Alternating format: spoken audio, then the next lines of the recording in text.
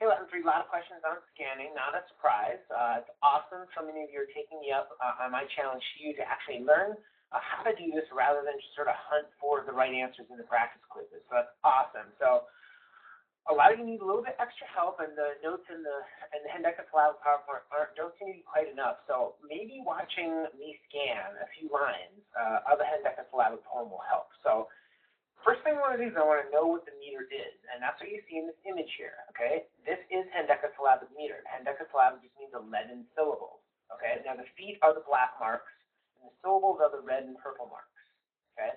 So if Catullus wants to write a line of hendecasyllabic poetry, he has to follow this pattern. He has to go long, long, long, short, short, long, short, long, short, long, end of the line. The last syllable doesn't really matter what it is. Okay, so we want to scan this line. So I have the meter up here in front of me so I can see it in case I get lost. Okay, now here we go. Cooey. Tricky already. Why? Because this is what you call a diphthong. This is a vowel combination. So cooey is one syllable. It's long. Okay, then dono. That is long. Okay, that is long by nature. If you look that up in the dictionary, you would see that it was long. Okay, in the stem there, and then that's the end of a foot. Okay, see how we have this foot here is two longs. We have two longs. We need to mark the end of the foot. Okay, so then this O, this next O in dono is also going to be long. That's an ablative ending. Those are always long. Then we have lete. Okay, both of these are short. There's no reason for them to be long. They're not long by nature. They're not long by position. So I'm going to mark those short. And now look, I have a dactyl, just like I have up here in the meter, okay? I need to mark the end of a foot because I finally got there. Okay, I'm on a roll now. Now I'm on this UM. Is it long or is it short? Correct answer, it is long. Not only does the meter tell me that I need a long syllable here, but Catullus is a pro poet, okay? He's going to get it right. Okay, so Catullus needs a long syllable here, and yes, it is long by position. See this M here and this N here? That's two consonants. That means it takes longer to pronounce this syllable than it does a short one. So let it do no. Okay, so that's going to be longer. All right, and then this O is short. Excuse the shorts here. Wimba doesn't really like me drawing curvy shapes for whatever reason, so I'm just going to kind of make those slashes there. So that's short, okay? There we go, that's better. So then, look, I have another foot done, a long and a short. I'm going to mark the end of that foot. Now, next one, another UM. Is it long or is it short? It's long. Why is it long? Long by position, just like the last one, okay? We have an M and then we have an L. That's two consonants in the way. Then this I is short. Good old Wimba. Okay, so we got a long and a short there. Again, now we have the end of a foot. Let's mark it. We're on a roll. Okay, and then we have L is all we have left. And look, a double consonant right here in this double L, that means this E has to be long. And then, like I said, the last syllable, I don't really care what you mark it, okay? We don't know really if this is long or short. I always think of them as being long because you're going to kind of take like a natural breath here at the end of the line before you start over at the beginning of the next line, okay? So now, did I get it right? It's very easy to tell. Why? Because I have the meter sitting right here up above me, and all of them marked look just like the meter. Okay, they look all just like the meter, and I can go back and I can count 1, 2, 3, 4, 5, 6, 7, 8, 9, 10, 11. I counted 11 syllables, and I have foot breaks in the right spot. I also have the 1, 2, 3, 4, 5 feet. Okay, so I know I did this line right. I can give myself a not so golden star for it. Okay, and then on we go. So arido modo pulique expolutum. Okay, so arido. This is long by nature. As is an I. If you look this up in the right dictionary, it has long marks. You can see that these are long vowels. So I have two longs. That's the end of my foot. Next, arido. That is long also. by nature. That is another ablative ending. Okay, and then modo, this is an adverb. These are two short syllables. Okay, look, there's the dactyl. There's the second foot. I can mark the end of it. Ncvps. Okay, now there's something fishy going on here, and it looks like I have a long, short right here. Okay, with this U is long by nature. This I and this E could be short, but that doesn't fit with the meter to tell us it's supposed to be following. So, gosh, what's going on here? What am I missing?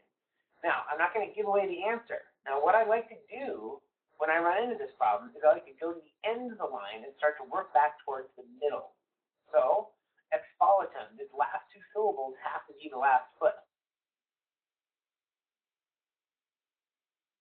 Okay, and I can mark it off. Now, I know that there are 2 feet in here somewhere, but I have 1, 2, 3, 4, 5 syllables that I need to somehow reconcile into 4 syllables to fit with the meter. Okay, now what's going on here is that there is elision between the pumike and so these E's essentially blend together. They lie. You can think of it actually as this E just dropping out of the equation altogether. So this would be pronounced pumexpolitum. Okay, you would just go right into from one word into the other. And then this X and this P are going to make this syllable be long. Okay, that makes this one is going to be short. And then there's that foot. Okay, and then so I must have a long and a short here. Okay, see how this is working? So again, I can go back and double check by counting up how many syllables I have. 1, 2, 3, 4, 5, 6, 7, 8, 9, 10, 11, and I have the 5 feet. Okay, I'm done. I'm going to go on. Next line. Okay, so again, same thing. I want to have the meter in front of me. I want to use it, and I want to refer to it. I know Catullus is going to get it right. He's a pro poet. He follows this meter in every single line. Long, got to be. End of the foot. Long, right? This is a vocative. That's a long I. Tibi, those are 2 short I's. Okay, namque. Look at all of these consonants right here. This A has to be long by position. Okay, the end of the que, that's always a short E on that que. End of the foot. I'm just going to go on. I got to go long and short. End of the foot. Long, whatever. Done. 1, 2, 3, 4, 5, 6, 7, 8, 9, 10, 11. I have 5 feet. I'm golden. Next line. Neos, long right there. Okay? End of the foot. Esse. Why is this E long? By position. Look at the double consonant. Okay? Now, check it out. Here we're going vowel to vowel. Esse to aliquid. Uh-oh. Something's going on here now. More elision. So this E is going to drop out and be pronounced esoliquid.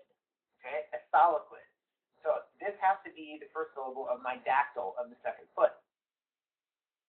Sorry, the second syllable of my dactyl. Boom. End of my foot. And you don't count U's. You don't count U's in the QU's, okay? Just ignore those. Okay, and then this id right here has to be long by position. So you need D and the P. Long. The U and the putar is short. Done with another foot. Mark it. Are, that's long, that E. And then short. Done. Long. Okay? There you go. 1, 2, 3, 4, 5, 6, 7, 8, 10, 11. 5 feet. I'm golden. Are you getting the hang of this? You seeing what you need to do here? So first thing, you have to know how to identify long and short syllables. You have to know that. You have to memorize those rules, right? Things like double consonants, okay? Double consonants make the preceding vowel long by position. The other one is long by nature. Now, an easy way you can get around by long by nature is rather than looking up everything in the dictionary, is find a version of the poem that has long marks on the vowels that are long by nature, okay? If you pick up the right textbook or if you hunt around the web, you can find one where the long syllables are already marked, okay? So you'll know. But those have to be long by nature, okay? So let's do 2 more lines. Okay, yan, that's 1 syllable, okay? And then tum, this is long by position. See, see we have M and we have C. That's two consonants that have to be long, end of the foot. Okay? And then we have going on here is more craziness. Okay? So, gosh, I don't know. We have this M ending here. I know there's something that's supposed to be with elision with M and then a first vowel. Gosh, I don't know what to do. Okay, so I'm stumped. So what I'm going to do is the trick I did before. I'm going to go to the end of the line, try and work my way back and see if I can figure out what's going on. So, aurum, that must be my last foot. There's two syllables there, long, long. And I can keep working backwards, okay? Look, I don't see any problems with ital. That must be a long and a short to fit with the meter. Mark the foot. Okay, and then I have unis. That must be another long and a short. Mark it. Okay, gosh, now I have to reconcile all of this into the dactyl because look, I have 1, 2, 3, 4, 5 feet marked off already, and I only have room for 3 syllables according to the meter. Okay, now again, I know Catullus got it right. He's a pro poet. All right, so it has to be elision going on here. So when a word ends in M, and then the next word starts in a vowel or a diphthong, then that whole UM drops out. So you actually read this as tum cautus, okay? And that's going to be long, right? The diphthong is long because the UM is what's actually dropping out, and then the AU, which is the diphthong, stays, and diphthongs are always long. And so then these last two must be short, the us and the s to fit with the dactyl. And I'm done. 11 syllables, 5 feet, I'm golden. On we go. Long, and there must be something long going on here, but this omne sure looks short to me, okay? If you look this up in the dictionary, there wouldn't be a long mark here. Uh-oh, what's going on? More elision. This is dropping out of the scene, okay? It would be omniwum. Omniwum is how this would be pronounced. Omniwum. And this AE, just like we ran into in the elision above, is long. It's a diphthong. End of foot. Okay? And then tribus. Oh, there must be a dactyl right there. Long, short, end of the foot. Explicare, that E is super long. Look, there's an X there, which is a double consonant already, and there's a P, and there's an L. There's all kinds of stuff in the way. That has to be long, and then followed by a short.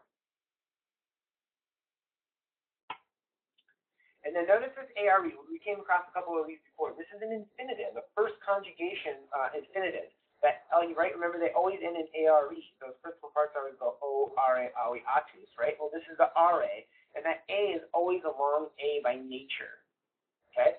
And then we have short here with the E, end of the foot. Now, you might be asking, hold on a second, Mr. Timm, this looks like a double consonant. Well, this is actually a Greek consonant, and in Greek, this is just one letter, the letter chi. Okay, and the letter chi kind of looks like an X that sits low on the line. Okay, and that is actually, since it's borrowed from Greek, it's considered to be one consonant sound. Okay, and then we have a long here, and then a whatever at the end of the line. You can mark it long or short. Okay, so there you go. That is the first 6 lines of poem 1, all in hendecasyllabics. So you can see that, look, Catullus is going to get it right. It's up to you to hunt through, find the elisions, identify the vowel and syllable lengths, and just mark off the beat as you go, okay? Hopefully this is helpful. If you did find it helpful, please send me an email and let me know. It would be nice to know that I helped you out. Okay, good luck with the expansion. Just because I did this doesn't mean you can't keep asking questions, all right?